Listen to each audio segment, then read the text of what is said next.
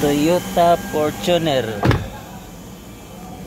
May nag-indicate daw na ilaw sa panel board.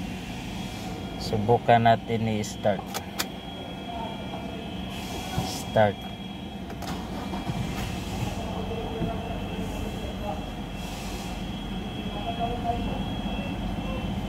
Yun, replace fuel filter.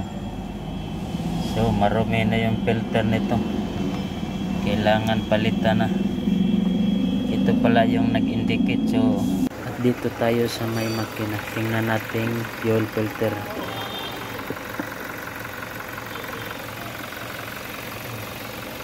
Palitan natin ang fuel filter.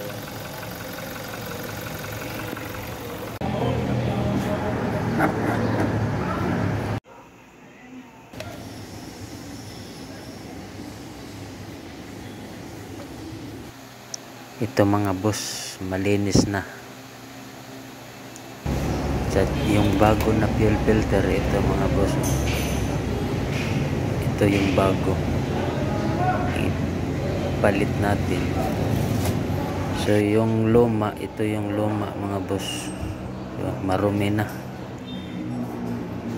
Ito mga boss, nakabit na yung fuel filter. So i-reset natin para mawala yung nag-indicate doon. So kailangan tanggalin lang natin tong sakit.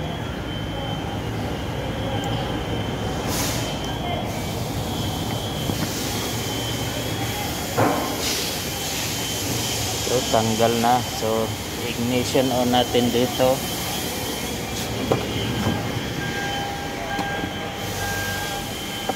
Ignition on. Yan. Tapos balik natin yung sakit.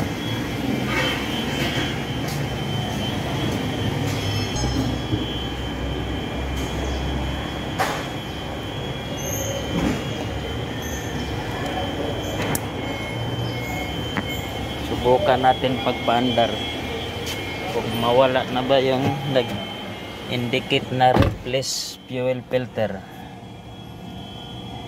Okay. Start natin.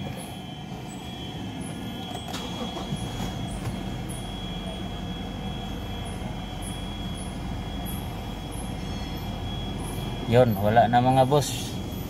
Wala nang nag-indicate na replace fuel filter. So normal na.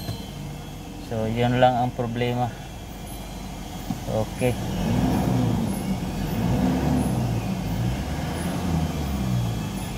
Okay na. Start ulit.